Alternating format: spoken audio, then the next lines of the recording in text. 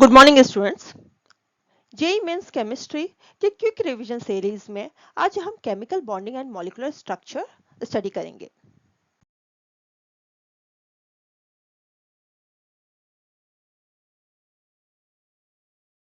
इसमें topic cover करने वाले हैं Kossel Lewis approach and formal charge, VSEPR theory, hybridisation and dipole moment, molecular orbital theory and Fajans rule. First topic है Kossel Lewis approach and formal charge. Question है calculate the formal charge on the central oxygen atom in the ozone molecule. अब ozone का सबसे पहले हम Levi's structure form करेंगे। Oxygen का में वैलेंस इलेक्ट्रॉन्स 6 है, तो O3 में total number of the valence electrons 18 हो जाएगा। अब इसका स्केलेटल स्ट्रक्चर बना लेते हैं O O O। तो यहाँ बॉन्ड पेयर इलेक्ट्रॉन्स आपके 4 हो गए और लोन पेयर इलेक्ट्रॉन्स की संख्या 18 माइनस 4 मीन्स 14 हो गई। अब इस 14 इलेक्ट्रॉन्स को हम डिस्ट्रीब्यूट करते हैं जिससे इसका ऑक्टेट कंप्लीट हो पाए। तो पहले हम एटॉम्स ऑफ ऑक्सीजन पे देखेंगे। तो 2 इलेक्ट्रॉन्स तो ऑलरेडी इसके पास बॉन्ड पेयर इलेक्ट्रॉन्स के कारण से है इस ऑक्सीजन के पास, तो यहाँ पे 6 लोन पेयर इलेक्ट्रॉन्स हम रखते हैं। यहाँ पे भी 6 लोन पेयर इलेक्ट्रॉन्स, तो दोनों का ऑक्टेट कंप्लीट हो गया। अब जो लेफ्ट आउट इलेक्ट्रॉन्स हैं मीन्स 14 माइनस 12 जो लेफ्ट है 2 इलेक्ट्रॉन्स सेंट्रल ऑक्सीजन एटम को मिले। अब सेंट्रल एटम का ऑक्टेट यदि चेक करें तो सेंट्रल एटम के पास 2 लोन पेयर्स, ये 2 बॉन्ड पेयर्स और ये 2 बॉन्ड पेयर्स, तो 6 वैलेंस इलेक्ट्रॉन्स हैं। यानी से 2 इलेक्ट्रॉन्स की और जरूरत है इसके ऑक्टेट को कंप्लीट करने के लिए। तो ये जो लोन पेयर है ये शेयर करेगा, इसके साथ मल्टीपल बॉन्ड बनाएगा। तो यहाँ मल्टीपल बॉन्ड जब बनेगा तो सेंट्रल ऑक्सीजन एटम का ऑक्टेट कंप्लीट हो जाएगा। ये लेविस स्ट्रक्चर मिल गया O3 का।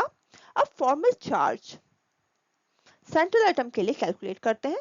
इसका फॉर्मूला है कि valence number of electrons minus lone pair electrons minus half of bond pair electrons.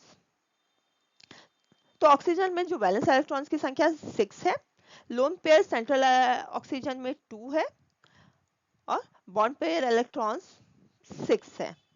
इसे कैलकुलेट किया तो 4 माइनस 3 इक्वल टू 1। तो फॉर्मल चार्ज आपका plus charge central oxygen atom में रहेगा। Which of the following is an expanded octet species? अब इन सब species का स्ट्रक्चर देख लेते हैं हम। ClF3, यहाँ पे क्लोरीन 3 फ्लोरीन एटम के साथ में बॉन्ड बना रहा है।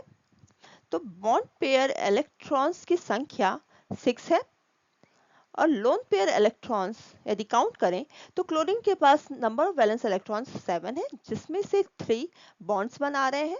तो लोन पेयर इलेक्ट्रॉन्स की संख्या 4 हो गई। अब इन दोनों को यदि टोटल करें तो ये 10 हो गया, यानी 10 electrons around the chlorine exist कर रहा है। अब सेकंड कंपाउंड को देखें PCl5, यहाँ पे फास्फोरस 5 क्लोरीन के साथ में बॉन्ड बना रहा है। मीन्स बॉन्ड पेयर इलेक्ट्रॉन्स की संख्या 10 है और फास्फोरस में जो नंबर ऑफ वैलेंस इलेक्ट्रॉन्स 5 है जो ऑलरेडी इस बॉन्ड में इन्वॉल्व है। तो लोन पेयर इलेक्ट्रॉन्स की संख्या 0 हो गई। इन दोनों को ऐड करें तो 10 number of valence electrons exist कर रहे हैं। तीसरा कंपाउंड है SF6, यहाँ सल्फर 6 फ्लोरीन एटम के साथ में बॉन्ड बना रहा है। तो बॉन्ड पेयर इलेक्ट्रॉन्स की संख्या 12 हो गई और सल्फर का वैलेंस इलेक्ट्रॉन्स 6 था जो ऑलरेडी इन्वॉल्व है, मींस लोन पेयर इलेक्ट्रॉन 0 है। तो टोटल इनका करें तो ये 12 आ गया। और लास्ट कंपाउंड है AlCl3, यहाँ एल्यूमिनियम 3 क्लोरीन एटम के साथ में बॉन्ड बना रहा है। मींस बॉन्ड पेयर इलेक्ट्रॉन्स की संख्या 6 हो गई और एल्यूमिनियम का वैलेंस नंबर ऑफ इलेक्ट्रॉन्स 3 है जो ऑलरेडी इन्वॉल्व है, तो ये 0 हो गया। तो total number of valence electrons 6 है। अब नंबर ऑफ ऑक्टेट हमारा 8 होना चाहिए आउटरमोस्ट ऑर्बिट में, यदि बॉन्ड बना रहा है तो 8 होना चाहिए, मगर पहले वाले केस में ClF3 में ये 10 है, PCl5 में ये 10 है और SF6 में ये 12 है। तो ये तीनों एक्सपेंडेड ऑक्टेट शो कर रहा है।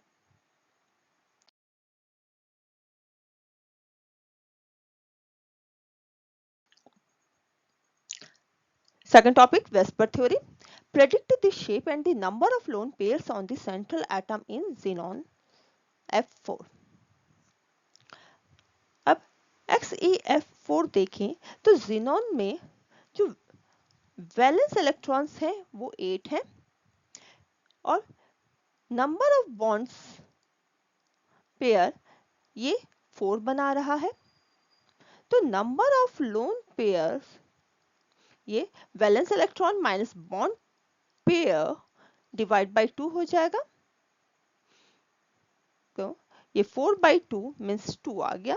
तो नंबर ऑफ लोन पेयर्स की संख्या 2 हो गई और इसका जो मॉलिक्यूलर स्ट्रक्चरल फॉर्मूला मिल जाएगा, ए बॉन्ड पेयर कितने हैं 4 AB4 और लोन पेयर 2 है तो AB4L2 हो गया। अब इसका स्ट्रक्चर यदि बना दें तो ए 4 बॉन्ड बना रहा है, तो ये 4 बॉन्ड बनाया और ऊपर नीचे इसके पास में 2 लोन पेयर है।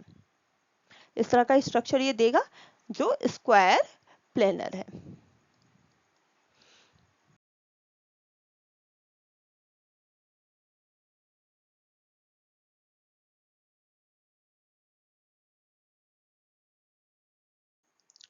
Match the species with their shape. अब पहला कंपाउंड है SF4, तो नंबर ऑफ बॉन्ड पेयर्स इसमें सल्फर 4 फ्लोरीन एटम के साथ बॉन्ड्स बना रहा है, तो ये बॉन्ड पेयर्स इसमें 4 है। अब लोन पेयर आपका फॉर्मूला हो जाएगा valence electrons minus bond pair divide by 2। Sulphur में 6 वैलेंस इलेक्ट्रॉन्स है तो 6 माइनस 4 डिवाइड बाय 2 ये 1 दे देगा। तो जो मॉलिक्यूलर स्ट्रक्चरल फॉर्मूला मिलेगा ये ए और नंबर ऑफ बॉन्ड पेयर्स 4 हो गए तो AB4 और लोन पेयर 1 हो गए तो AB4L1 हो गया। अब यदि इसका स्ट्रक्चर बनाए तो ए 4 बॉन्ड बना रहा है, बी ये बॉन्ड बन गया और एक लोन पेयर है, ये सीसॉ स्ट्रक्चर देगा। मीन्स आपका SF4 थर्ड के साथ मैच करेगा। सेकंड है BrF3। ब्रोमीन 3 बॉन्ड बना रहे हैं तो नंबर ऑफ बॉन्ड पेयर्स 3 हो गए। ब्रोमीन के पास में वैलेंस इलेक्ट्रॉन 7 है तो 7 माइनस 3 डिवाइड बाई 2 ये 2 लोन पेयर्स हो गए। इसका मॉलिक्यूलर स्ट्रक्चर फॉर्मूला AB3L2 हो जाएगा। अब इसका स्ट्रक्चर बनाते हैं। ए 3 के साथ बॉन्ड बना रहा है, बी ये बी और एक बी यहाँ आ गया और यहाँ एक लोन पेयर और ये लोन पेयर, तो ये टी शेप स्ट्रक्चर दे रहा है।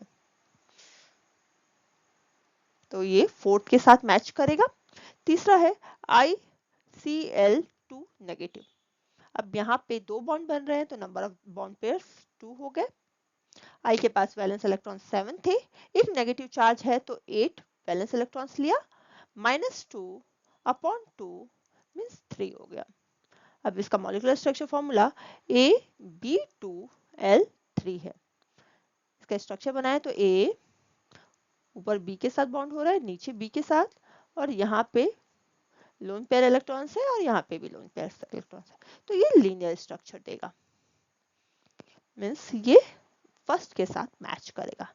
और लास्ट है NH3, 3 बॉन्ड पेयर्स हो गए। नाइट्रोजन में 5 वैलेंस इलेक्ट्रॉन्स है तो 5 माइनस 3 डिवाइड बाई 2 ये 1 हो गया।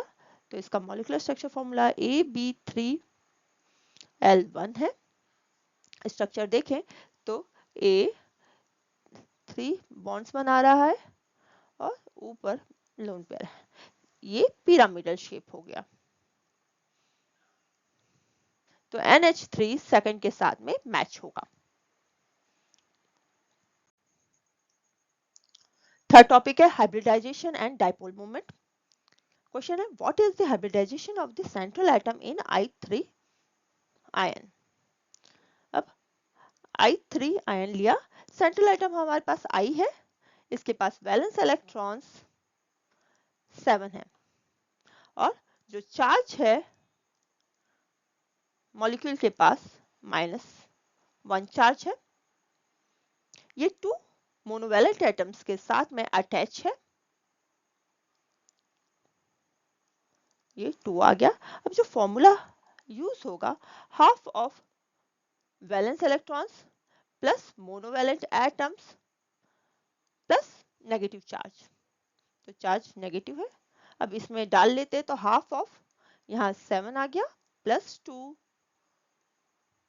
प्लस 1, ये 5 आ गया, तो ये sp3d हाइब्रिडाइजेशन देगा। Why does NF3 have a lower dipole moment than NH3 even though F is more electronegative than hydrogen? अब NF3 का स्ट्रक्चर यदि देखें तो नाइट्रोजन 3 फ्लोरीन एटम के साथ में बॉन्ड बना रहा है और नाइट्रोजन में 5 वैलेंस इलेक्ट्रॉन्स है, तो ऊपर एक 1 पेयर लोन पेयर है इलेक्ट्रॉन्स है। अब डाइपोल मोमेंट का डायरेक्शन देखें तो फ्लोरीन नाइट्रोजन से ज्यादा इलेक्ट्रोनेगेटिविटी है, तो डाइपोल मोमेंट टुवर्ड्स फ्लोरीन होगा। अब इसका डायरेक्शन बनाते, नाइट्रोजन और लोन पेयर में लोन पेयर ज्यादा इलेक्ट्रोनेगेटिव है, तो यहाँ पे जो डायरेक्शन होगा वो अपवर्ड डायरेक्शन में होगा और नीचे का जो डाइपोल मोमेंट का जो रिजल्टेंट होगा बॉन्ड पेयर, ये डाउनवर्ड होगा।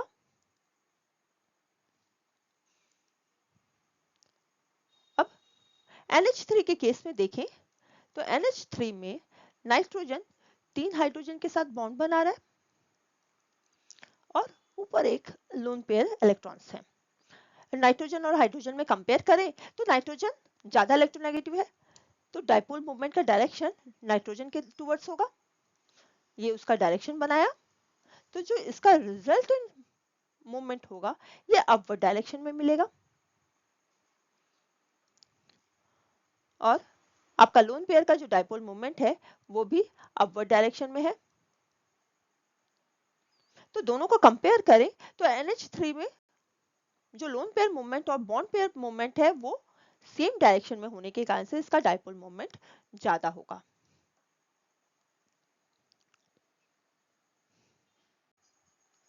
Topic 4 molecular orbital configuration.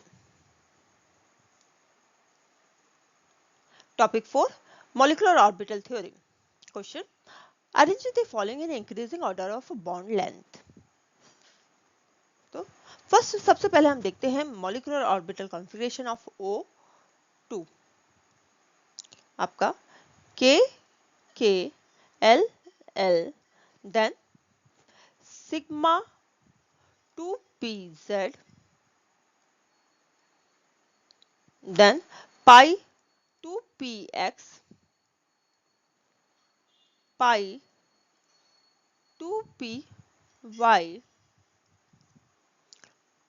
then आपका pi star 2px and pi star 2py हो जाएगा। अब इसमें इलेक्ट्रॉन को डिस्ट्रीब्यूट करें तो ऑलरेडी यहाँ 8 इलेक्ट्रॉन्स आ चुके हैं, O2 में 16 इलेक्ट्रॉन्स हैं, 8 यहाँ 2 electrons 2 electrons 2 electrons, this is the 14 और ये 1 1। तो बॉन्डिंग मॉलिक्यूलर ऑर्बिटल में नंबर ऑफ इलेक्ट्रॉन्स की संख्या 6 है, Nb इक्वल टू 6 है और एंटी बॉन्डिंग मॉलिक्यूलर ऑर्बिटल में Na2 है। Bond order half of Nb minus Na, आपका ये 2 मिल गया। O2 प्लस में नंबर ऑफ इलेक्ट्रॉन्स 15 है, तो इस केस में Nb 6 है बट Na 1 है, तो बॉन्ड ऑर्डर इस केस में हाफ ऑफ 6 माइनस 1 मीन्स 2.5 हो जाएगा। एंड O2 नेगेटिव में इलेक्ट्रॉन 17 है, 16 प्लस 1, तो इस केस में N भी 6 रहेगा और Na 3 रहेगा, तो bond order half of 6 minus 3 means आपका 1.5 हो जाएगा। अब बॉन्ड ऑर्डर O2 प्लस का ज्यादा है देन O2 है, देन O2 नेगेटिव है, बॉन्ड ऑर्डर का सीक्वेंस, और जो बॉन्ड लेंथ होता है वो inversely proportional to bond order, जिसका जितना बॉन्ड ऑर्डर है उसका कम बॉन्ड लेंथ होगा। यदि इंक्रीजिंग ऑर्डर में बॉन्ड लेंथ देखें, ऑर्डर ऑफ बॉन्ड लेंथ, तो O2 प्लस का सबसे कम होगा, देन O2 होगा, देन O2 नेगेटिव होगा। तो दिस इज द सॉल्यूशन।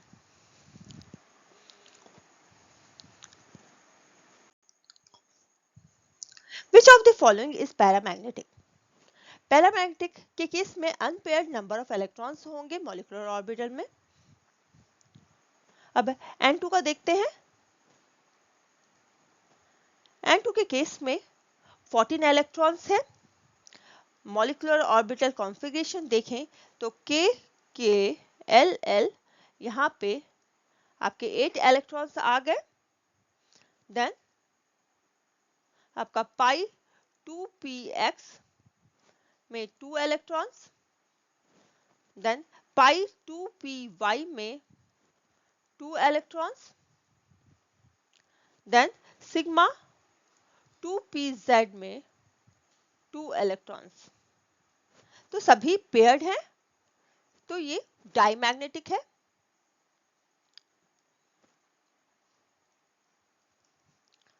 अब O2 के केस में हमने देखा था 16 इलेक्ट्रॉन्स है, और ये K K L L इसमें अनपेयर्ड इलेक्ट्रॉन्स थे। ये में सिग्मा 2pz पहले आ जाएगा, यहाँ पे 2 इलेक्ट्रॉन्स हुए, देन पाई 2px में 2 इलेक्ट्रॉन्स, देन पाई 2py में 2 इलेक्ट्रॉन्स, और 2 इलेक्ट्रॉन्स बचे, तो एक इलेक्ट्रॉन आपके पाई एंटी ऑर्बिटल में 2px में होगा 1 इलेक्ट्रॉन, और एक इलेक्ट्रॉन पाई स्टार 2py में।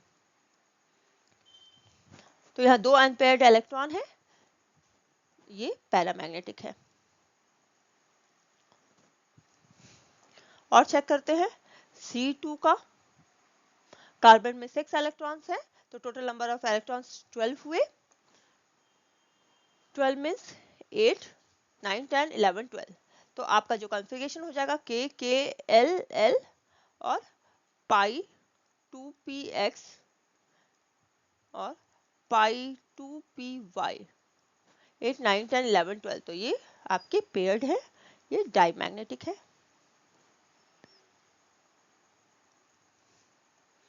देन लिथियम का मॉलिक्यूल देखें तो लिथियम में 6 इलेक्ट्रॉन्स हो जाएंगे, तो यहाँ पे आपका K K L तक ही होंगे। इस L को हम सीधा लिख देते हैं सिग्मा 2s में 2 इलेक्ट्रॉन्स हैं आपके पास, तो ये भी डाईमैग्नेटिक है। तो इस केस में O2 पैरामैग्नेटिक है। टॉपिक 5 है Fajans rule. Arrange the following in increasing order of covalent character. अब यह कैटायंस पे चार्ज इंक्रीज हो रहा है, तो कैटायंस पे यदि चार्ज देखें तो Li plus, beryllium 2 plus, boron 3 plus and carbon 2 4 plus. तो चार्ज इंक्रीज हो रहा है, चार्ज इंक्रीज होने के कारण से पोलराइजेशन पावर इंक्रीज हो रहा है, और पोलराइजेशन पावर के इंक्रीज होने से कोवेलेंट कैरेक्टर इंक्रीज हो रहा है।